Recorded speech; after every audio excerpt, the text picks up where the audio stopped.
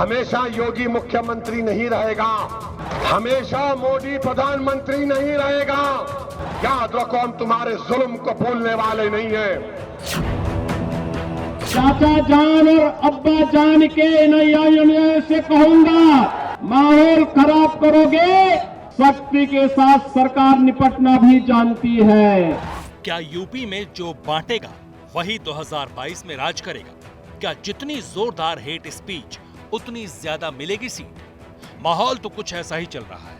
ओवैसी जैसे नेता जो कह रहे हैं, उससे भी यही लग रहा है कि बांटो और राज करो की नीति उत्तर प्रदेश के चुनाव में अपनाई जा रही है।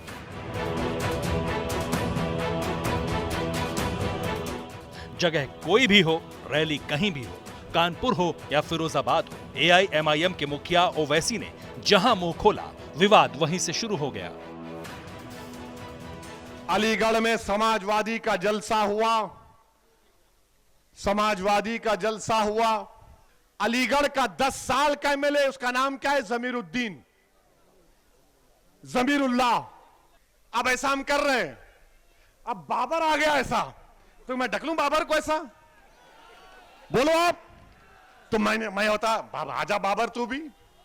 मगर जैन ने क्या किया? जमीरुल्लाह को बोला पीछे हट। यह तौहीन मुसलमानों की।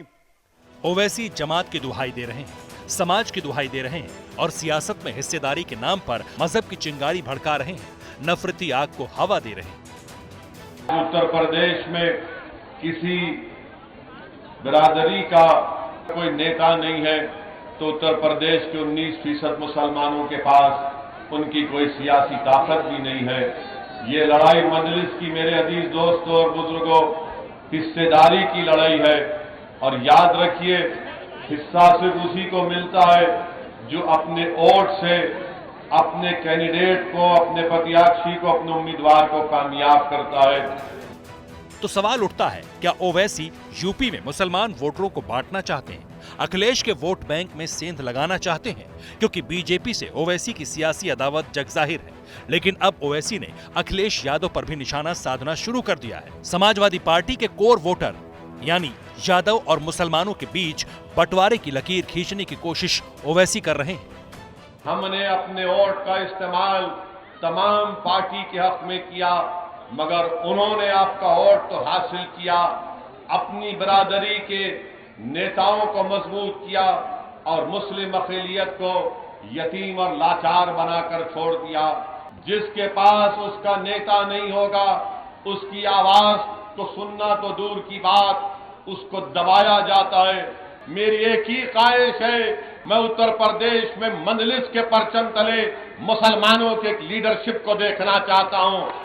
तो सुना आपने, हैदराबाद से ऑल इंडिया मजलिसे इत्तेहादुल मुसलमीन यानी AIMIM की पॉलिटिक्स शुरू करने वाले ओवैसी यूपी में अपनी पार्टी का झंडा बुलंद करना चाहते हैं, इसलिए मुसलमानों से एकजुट होने की अपील कर रहे हैं। समाजवादी पार्टी के खिलाफ भी हमले बोल रहे हैं और इस जुबानी जंग में इनके नेता भी खुलकर सामने आ गए हैं।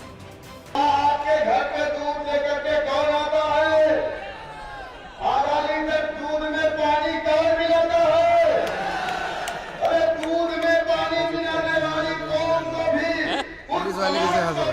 सेकुलरिज्म के नाम पर फासिस्ट ताकतों को रोकने के लिए हमने अपनी पार्टी बना, यादव को अपना नेता।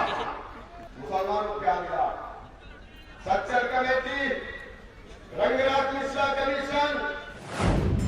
आपको बता दें कि उत्तर प्रदेश में करीब 20% मुस्लिम मतदाता हैं। सूबे की कुल 143 सीटों पर मुस्लिम अपना असर रखते हैं।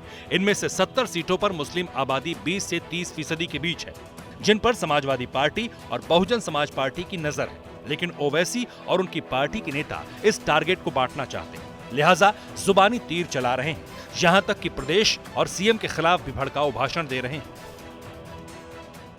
याद रखो मेरी इस बात को, हमेशा योगी मुख्यमंत्री नहीं रहेगा, हमेशा मोदी प्रधानमंत्री नहीं रहेगा।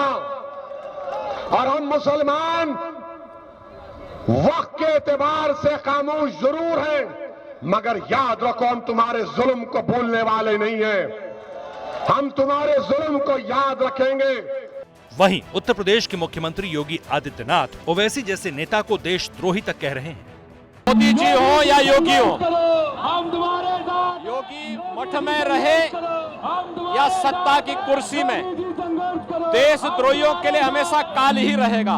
ओवैसी जैसे दंगाइयों के लिए यूपी में कोई जगह नहीं होगी। तो जाहिर है, एक तरफ ओवैसी धर्म के ठेकेदार बनकर भड़काऊ भाषण और जहरीली जुबान से यूपी का सियासी तापमान बढ़ा रहे हैं, खुद को कौम का प्रतिनिधि बताकर यूपी के मुसलमानों को भड़का रहे हैं। इसलिए इस तरह की राजनीति पर सवाल भी उठ रहे हैं।